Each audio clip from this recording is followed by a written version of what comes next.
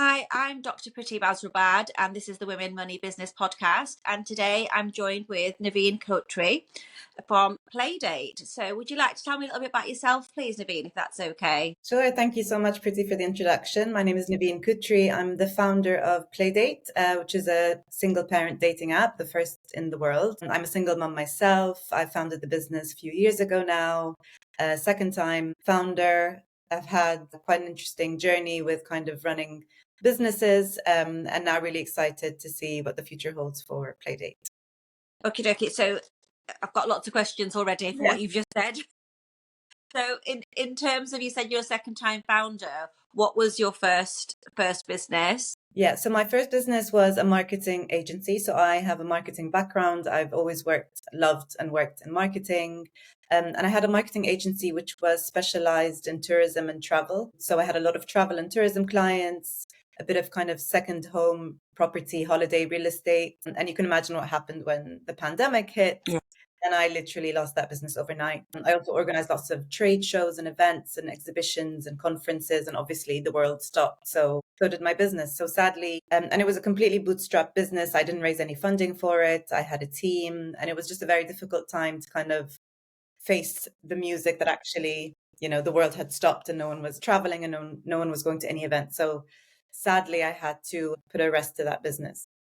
And then when you founded that business, is that something that you always knew that you wanted to go into, marketing, or did you fall into it? How did that happen? Yeah, so I'm originally from Egypt, so I'm not from the UK. Yeah. And I used to be head of marketing for a large corporation back home in Egypt before I moved to the UK in 2012. Mm-hmm. So that's always been my joy. I studied marketing in university. I've always had a passion for it, and it's kind of what I know how to do. Mm-hmm. So when I moved to the UK, it was quite difficult to find a job in marketing because I had no market experience, right? So I had only worked in Egypt. So it was really difficult to land a job. So I was kind of forced into setting up my own agency. And the company that I had worked for in Egypt, they were looking to keep me on. So they said, why don't you consult for us from the UK? So they kind of pushed me to set up my own business so that I could work for them as a client of mine instead of working in-house. And then from there, word of mouth and networking and a lot of hustling. Yeah. I managed to get other clients in the UK and it kind of snowballed from there, which was really good.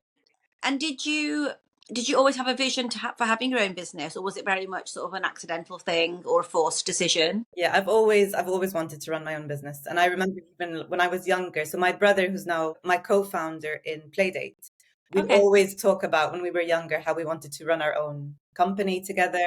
And I've always had that ambition and always had that kind of entrepreneurial spirit. I like working for myself. Yeah, why not? Absolutely. You're your own boss then, aren't you? Yeah. And I love the flexibility and the kind of creativity that comes with working with multiple clients as well, because it's not every day is different, and just the challenge that comes with kind of serving different industries and different types of clients. And yeah, I just find a lot of joy from that. It can get a bit monotone when you're stuck in one space. Silo working almost. And in terms of, you mentioned that you had to sort of shut down that first business due to COVID. At what point did you decide to do that, and how did that feel like when you sort of that happened? Yeah, it was terrible. It was terrible, but I knew I wasn't alone. And, obviously many businesses didn't survive COVID. I wasn't large enough as a business I didn't get furlough, for example, because we didn't get any grants. So there was no way for us to continue. And obviously I only specialized in an industry where, it required people to be out and engaging with each other. So I kind of recognized at that point, okay, this is over. And I need to kind of pivot and find something else to do, which was really, really difficult because I had to let go of my team as well. I couldn't offer them furlough. So it was a really, really, really difficult time. I didn't feel like I failed. I just felt that, obviously COVID was something no one saw coming. But yeah, it was a very, very unfortunate situation where all of my friends were in multinational companies, or, they were having picnics in the park. Yeah. They were getting their furlough. Of course, yeah. And I just felt like, I have nothing. I've got nothing. And I think that's the risk, unfortunately. I hope, with touch wood, COVID will never occur again. Like, that kind of setup will never happen again.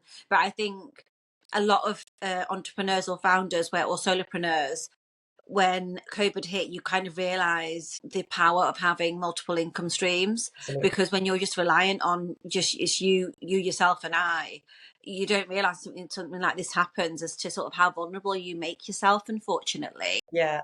And also the protection that you get when you're employed in a Yeah, company. yeah, You've got insurance, you've got rights, you've got, when you're a solopreneur, and bear in mind I'm also a single mom, right? So I was also on my own without a partner. yeah. You haven't got that balance. Yeah. So that made it extra difficult. So yeah, it was definitely a very difficult time. And how did that affect you mentally? Because I think like it's almost, I think your business is almost like your baby sometimes, isn't it? That you just like, you want to hold on to it and you want to protect it, but then realizing that you're gonna have to let this go. Did you cope okay with that mentally? Like, were you quite I suppose, I don't know what the term I'm looking for is. Like, were you quite sort of realistic, I suppose, in terms of like, we need to cut this and we need to pivot, like you Yeah. mentioned.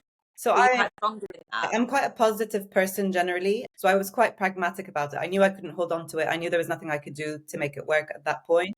So I knew I had to find something else to do. And obviously, no one was hiring during COVID. There was no way. But I was actually looking at jobs. I was even looking at things below my pay grade and even outside of my experience, just to have any income.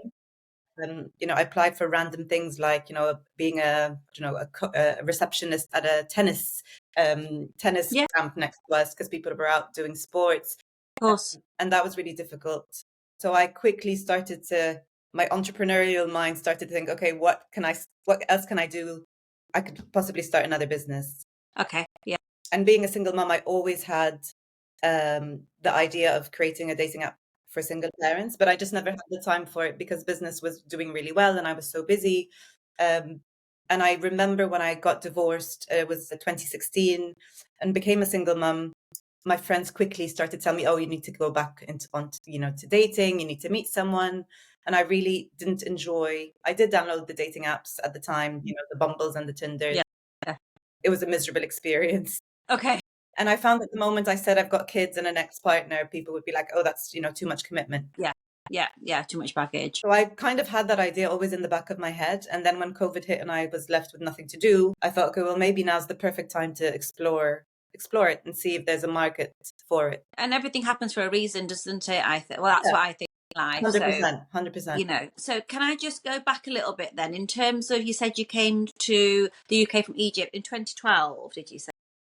What brought you to the UK? So, a couple of things. So my husband at the time, he was just finished medical school and he was looking to work in the UK or the US. Mhm. He wanted to leave Egypt. The medical scene and kind of the hospital setup in Egypt is really bad. Not many opportunities. The system doesn't work. So he's always had the ambition to also move to the UK. I was Mhm. brought up in London, so I went to school in London. My Oh, family, okay. we were expats in the Yeah. 80s. So London has always been home for me. Home. I moved to London when I was 6 years old. I went to school in London and spent about 12 years in London, then moved back to Egypt. So I've Right. always been kind of between East and West. Yeah. Yeah. So yeah, born in the East, but kind of brought up in the West. And I've always wanted to come back to London. So it was kind of a win-win. So we moved. He got a job in a hospital in London at the time. So I had to then quit my job and move to London. Right. Right. And then obviously that's from 2012 to 2016, you sort of living your life. And then 2016, you mentioned that's when you got divorced. Yeah. Do you think moving from Egypt had an impact on that? Or was it that you were away from your family that sort of made things, like exacerbated things? Like, what if you don't mind, if you don't, Yeah, no, that's fine. I don't want to get myself into trouble, but yeah. No, I think it was I'm more of, saying it's fine, it's probably not fine, but okay. yeah, I think there was a bit of a power struggle in the relationship. I've always been super ambitious and super independent. And I think once we had our son, who was 3 at the time we got divorced, I think it was quite difficult how I really jumped back into work so quickly. Like I loved becoming a mom, but Mm, I was back at work after like 4 months or 5 months. I was really keen to get back to work. And I managed to make it work by running a business and looking yeah, after a young child. yeah, So I don't know if that created a sense of not jealousy, but there was yeah, almost like a bit of a power yeah, struggle that, wow, you can do both and actually be good at both. yeah, yeah, yeah, And I think somehow just the relationship unraveled and it became less of a partnership and more of almost like a competition yeah, yeah, in some ways, although he was actually doing quite well and in a very good job. And I found it quite difficult. I didn't get the support I needed from a partner that you would Yeah. expect. So it kind of fell apart, sadly. And in terms of, I think it's really interesting what you've said about going back to work quite quickly. And I think that's a common theme with entrepreneurial women, because I was very similar, and people that I know that are sort of successful females in business, like it's great being a mum, and it's great experiencing that side. But then you've also got this other side of you that you just like, I want to do both, I can't do one or the other. I need to do both together. Yeah. And I think as females, we're so good at multitasking. Like you've just said, your husband, the ex-husband, was thinking, well, how can you do both? It's like, well, we were sort of born to do that. We're skilled to do that. We can juggle multiple plates very well. And I can appreciate that some people, male and female, could be threatened by that, because I do have people that I know that are females that can't do what you've done, and they think, well, no, well, I'm a bad mum if I go back to work at 4 months. I need the full year, or I'm not going to go back to work until they're school age. Yeah. And for me, I think that there would be nothing worse than that. Like if I was at home 4 years, I'd be driving myself crazy. Exactly. And then you become, so I found like I'm the best version of myself when I'm working. So I'm actually a better parent when I'm fulfilled in my job. So I also found myself getting quite bitter and angry in those kind of 4 or 5 months of doing nothing but being a mum. So I think it does help you become a better parent when you've got to fulfill it, when you're fulfilled in another part of your life. Yeah.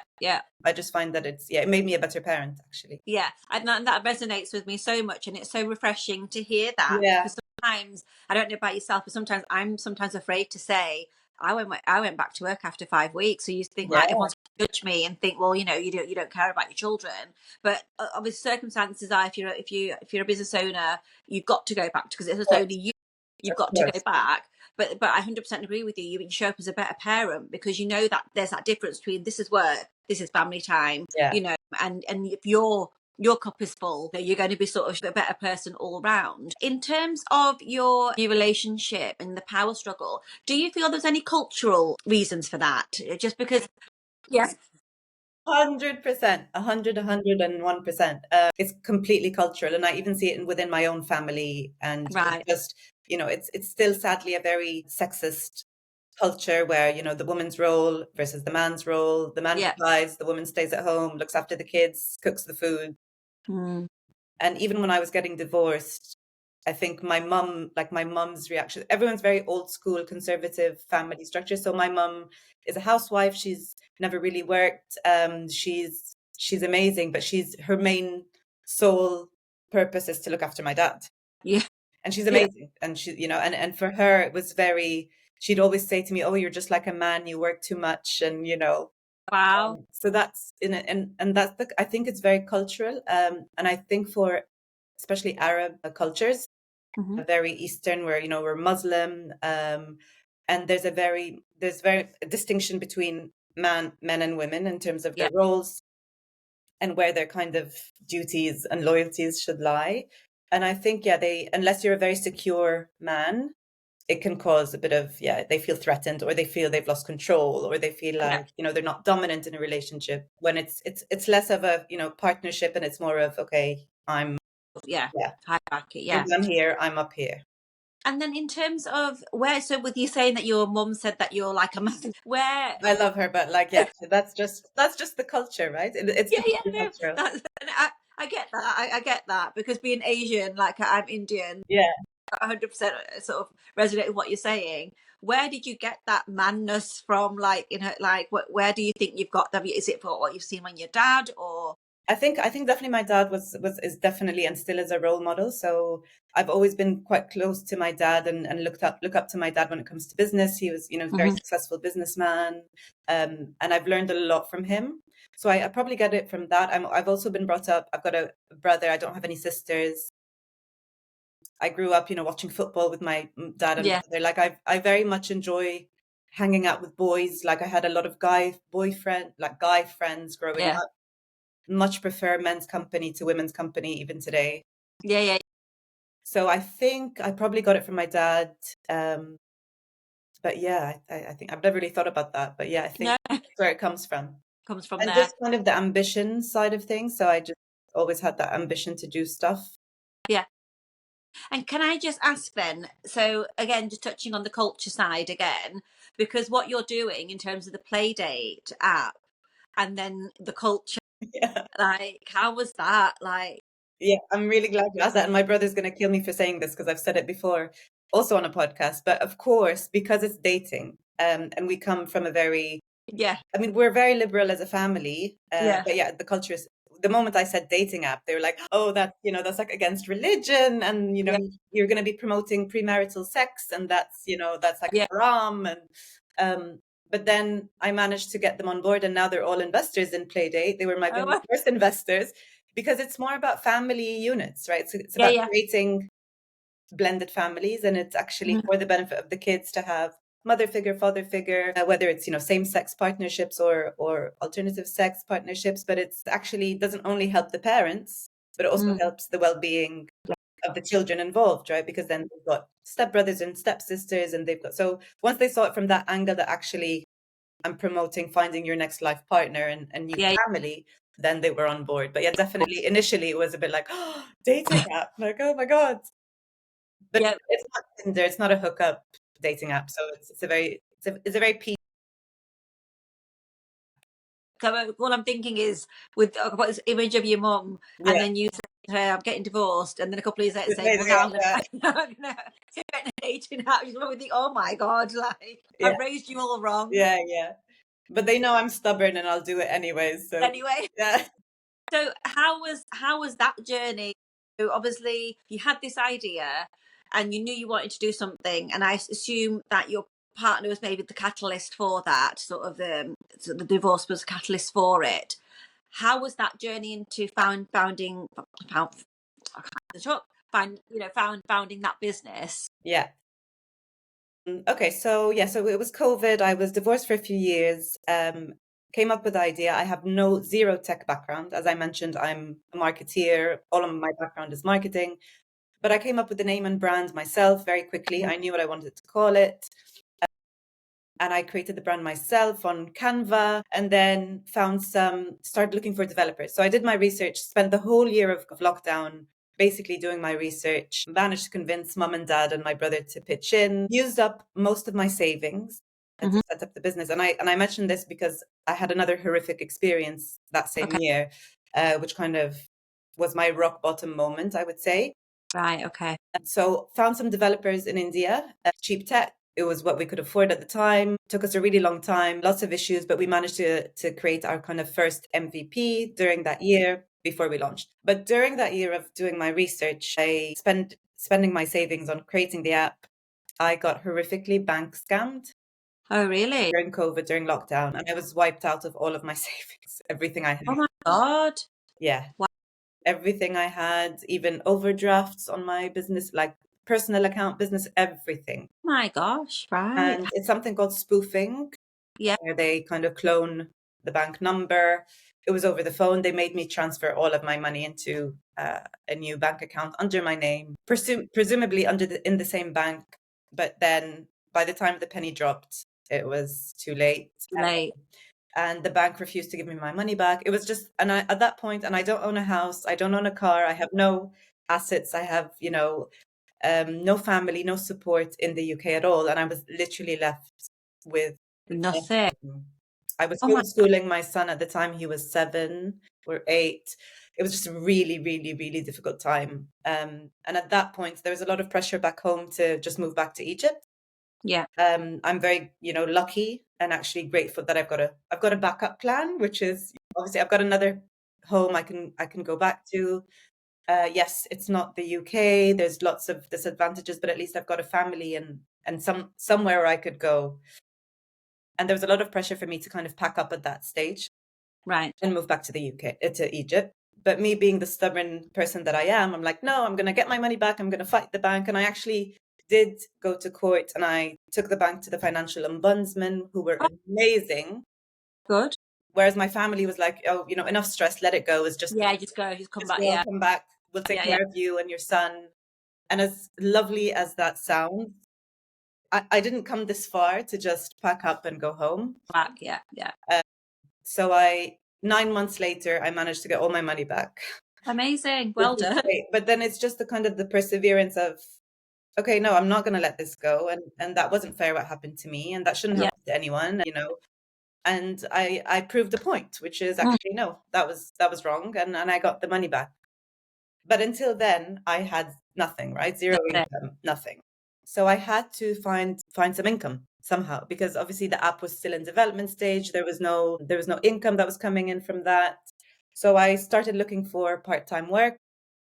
And then the universe somehow helped me. I got a call from a friend who runs an agency, also a PR marketing agency, who asked if I knew someone who spoke Arabic and could help with some Arab clients. And I said, well, you know, Here I am. my business collapsed, but I am starting a dating app. He's also a single dad, so really loved the concept. And he said, well, why don't you come in 3 days a week? And that just happened. And I was very lucky that that happened, because I think in the back of my mind, considering, like, if I don't find anything, I have to move back. Yeah. And that Yeah. for me would have been like that I've failed Yeah. at that Absolutely. point. I get that. So that was kind of the silver lining, was getting that part-time job, did the part-time job, had a bit of income, and then continued to launch Playdate.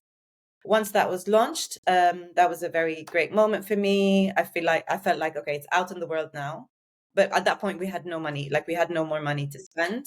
So it kind of grew organically that first year. I used a bit of my marketing and PR expertise to get the word out, got some media coverage, but it was literally just on the app stores, and I was waiting to see what happens. And it grew organically to about 10,000 users quite quickly. Wow. Yeah, and I'm like, wow, this is amazing. It's the first dating app in the UK. We now have competitors. There's 3 other dating apps in the same space, but I've created a market that didn't exist before, Yeah. which is fantastic. There's millions of single parents in the UK, 3 million. Sadly, there's a 40% divorce rate in the UK and the US, the largest markets. Wow. And half of those people that are getting divorced have children 16 or younger. So Mm, sadly, it is a growing demographic, and it's massively underserved, not just for dating, but like in all disciplines. yeah. And single parents have very specific lifestyle. They have certain needs, they have certain challenges. So dating really ranks really low on their priority list. Mm. But I just felt like, you know, Playdate is a chance for you to access dating, and so that it's hassle free, it's not stressful. We've got a babysitting function in the app where you can book a Oh, wow. babysitter at a That's great. discount. Yeah, because I know that, because I'm a single parent, so I'm You really know close to the the problem. And I was really happy once we saw that traction, and then competition started coming into the market. And I said, okay, yeah. I've got to raise some money now and really go Yeah. big with the marketing. And that was kind of my first experience with fundraising, which I have to say is not fun at all for anyone that's done it. It is really difficult. And I'm not going to bore you. I'm sure you know about all the stats around fundraising for female Yeah. founders and how less than 2% goes to female funded businesses.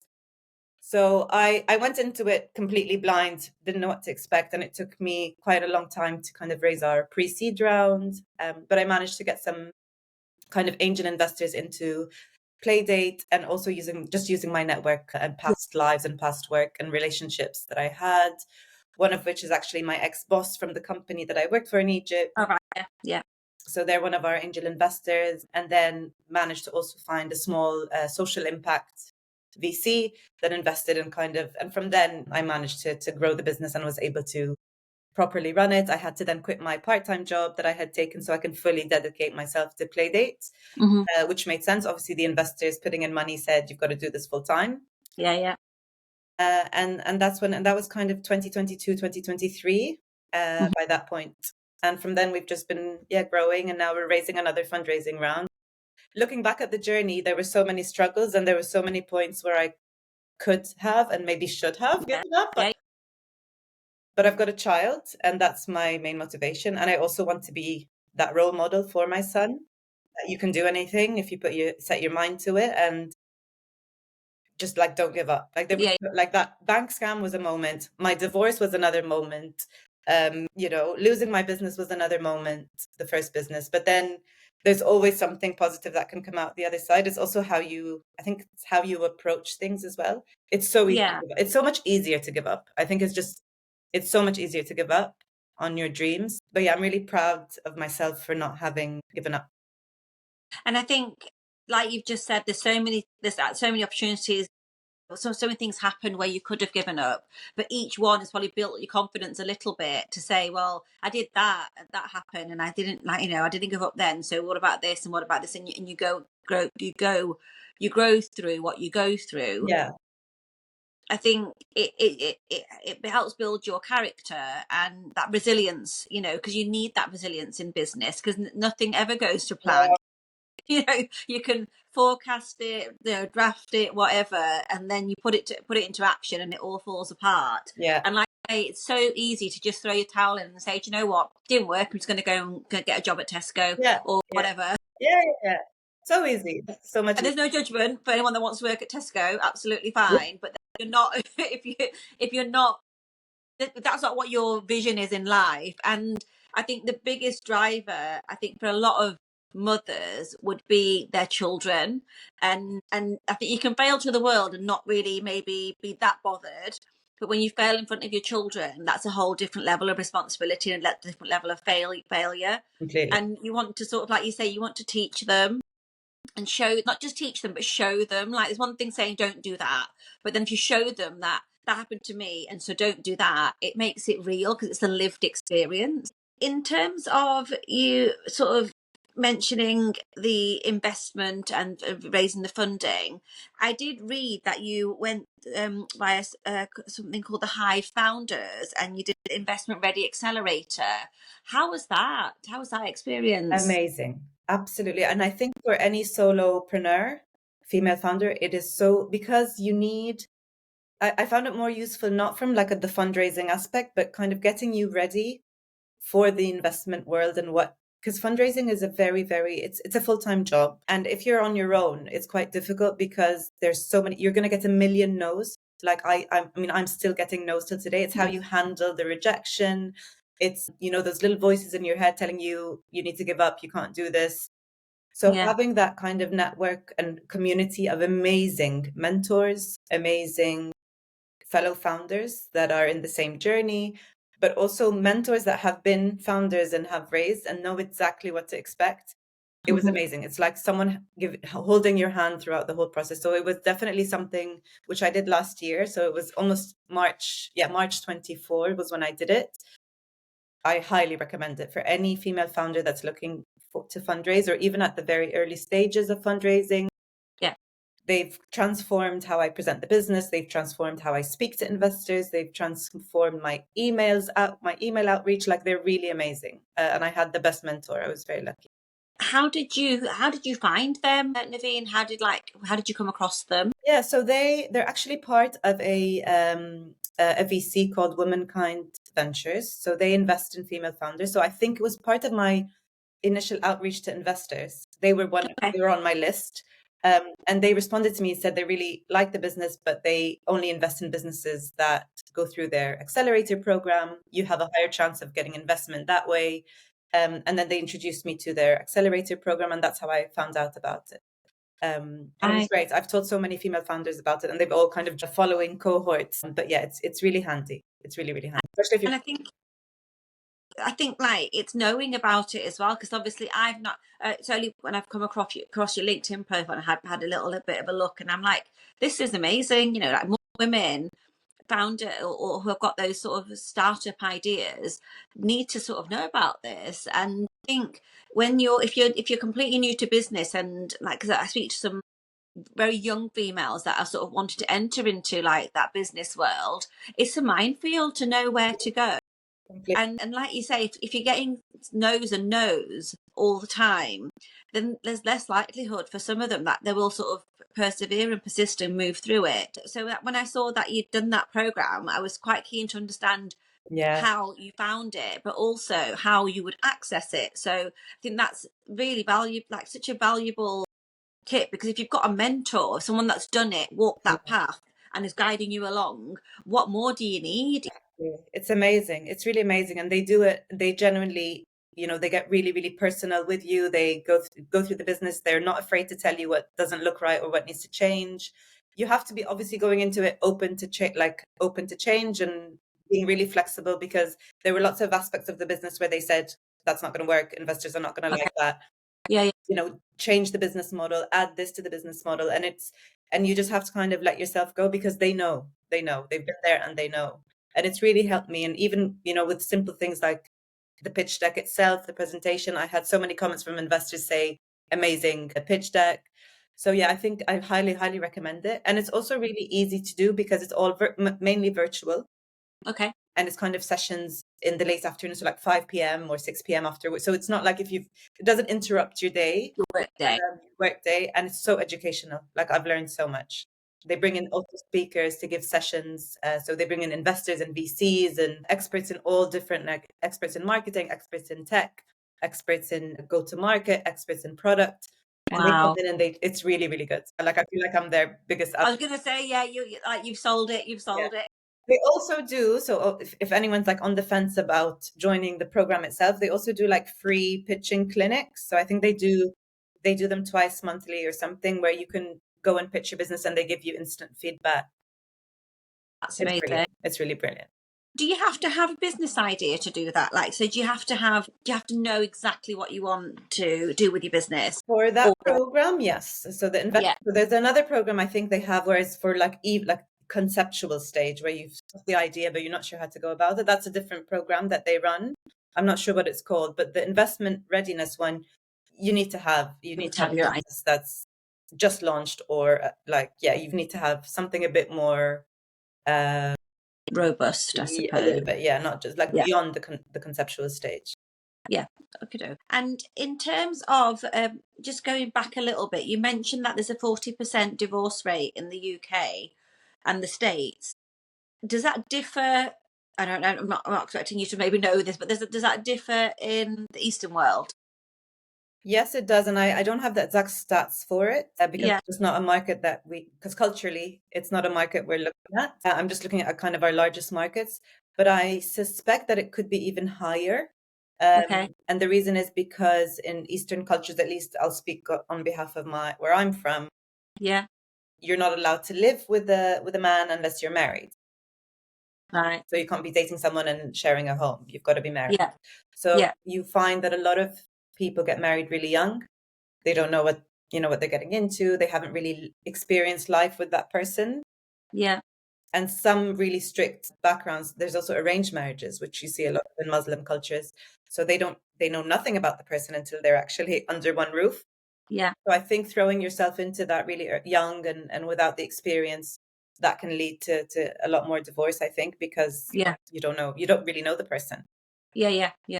And you tend to have children quite early as well because you marry so early. So I don't have the exact stats, but I presume it would be higher actually. Higher. Yeah. Yeah. And in terms of sort of Playdate, you said that you're going for another round of investment and things.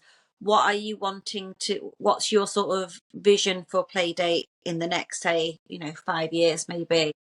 So in 5 years, I want to see Playdate in every corner of the globe. I want it to be the leading platform for single parents. So we are Mhm. thinking of adding other things beyond dating to the platform. We are obviously our focus is dating at the moment, but in the short term, we want to kind of expand to the US market, which is the largest single parent market in the world. Wow.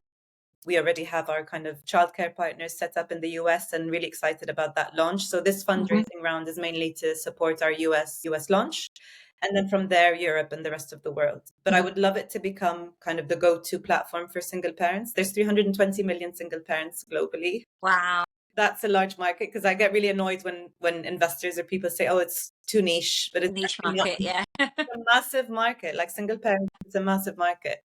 They might not all be looking for love, and they might already have loving relationships, but it's definitely a massively underserved market, even for things like finding jobs for single parents that are flexible, Yeah. helping them with like support with the children, childcare, everything. They single parents do struggle, especially the ones that have the children that like have the children living with them. Usually that is the mother, but there are lots of single dads as well that have full responsibility, full care of children. Mhm. So there's a lot of challenges and struggles, and I just want to make their lives easier. So dating is step one, and then there could be loads of other kind of different things that we can support single parents with. And I think when people say single parents, I think the first connotation in your head is that they must have divorced, they must have gone through a divorce. But then working with, like, in my profession, working with patients, there's so many different reasons why someone's a single parent, and often what I come across, it's that they've lost their part, like they've died. Exactly. And I think it's strange that society just makes that connection. If you're single parent, oh, you must have got divorced then, Yeah. or he's left you, or you've Yeah. left him. But then they don't always think, well, actually, They lost a loved one. Yeah. they lost a loved one. And that's really tough. We've got a large percentage of widowers and widows on our platform, and I think that's a really good point you raised, because there's actually 4 different types of single parents, and there's even solo parents. So moms, and I'm sure you see this too. I've got friends that have had IVF, solo IVF, just because they've gotten to an age where they don't have a partner, but they'd love to become a mother. Yeah. So that's also a big segment of and a growing demographic as well, especially in the UK. Yeah. We have a large proportion of solo mums. And it was funny because when we first launched, we kind of, when you're onboarded on the app, you have to say what type of single parent you are. So we had either separated, divorced, or widowed. And I didn't have the solo parent in there. So I did get feedback from users to say, well, I'm What not. about me? Yeah. So we kind of obviously had to integrate solo parents into that. But yeah, it's there's many different circumstances of why single parents have become single parents, sometimes by choice, sometimes not by Yeah. choice. So yeah, it's a very sensitive group of people, and I think Cool. that, especially when it comes to dating, there's so many needs and wants and circumstantial criteria that's really, and that's why I created Playdate, because it's a very specific, we can't be spontaneous. We can't, go on a date tonight, for example. Yeah. You've got to book childcare.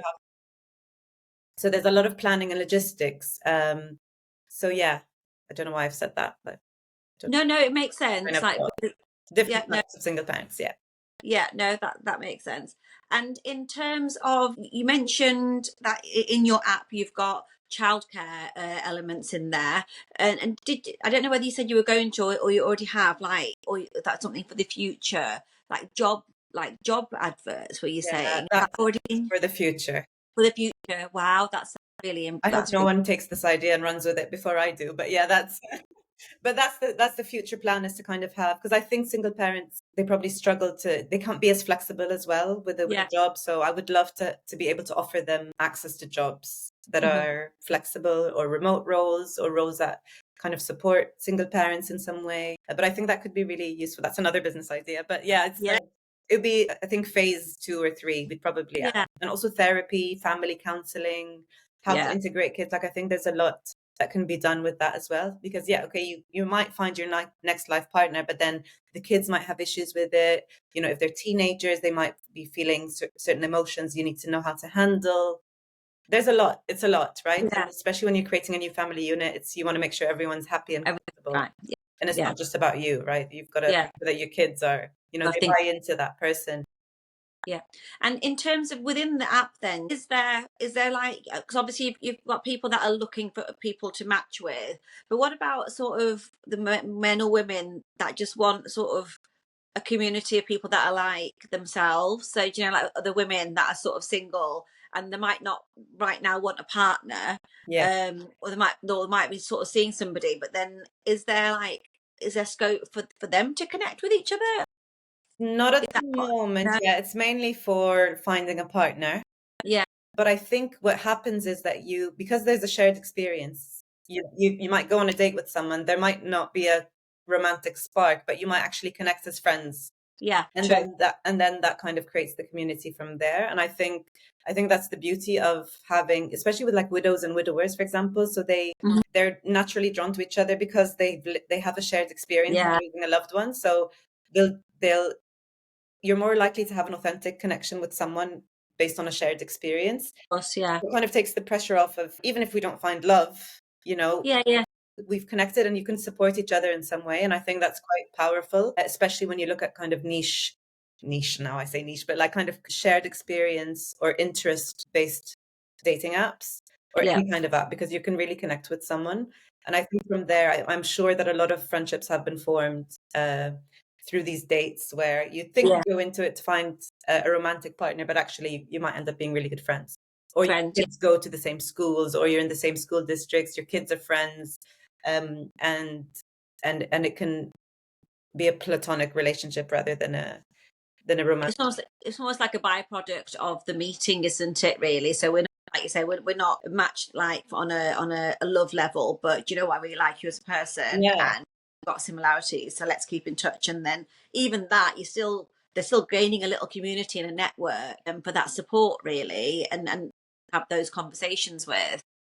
So it's been really interesting hearing your journey from marketing travel to then like Yeah. in terms of like a single parent dating app. And I think for me, what sort of really stood out is your resilience and not sort of backing down. And I think what's even more powerful is like you're culturally, it's something that is a little bit of a taboo, but you've took that and sort of turned it on its head, because you're not doing it just for you, you're doing it for the children and the family unit. And I think there's something so special about that, because I'm pretty sure there's probably studies out there that show sort of the mental health for a child that's raised in a single parent Yeah. household versus being sort of nurtured in a family unit. So I think it's absolutely a gap in the market, and something that I didn't sort of realize didn't exist, because it sounds such a simple I idea. was shocked it didn't exist, to be honest. Yeah, Really shocked.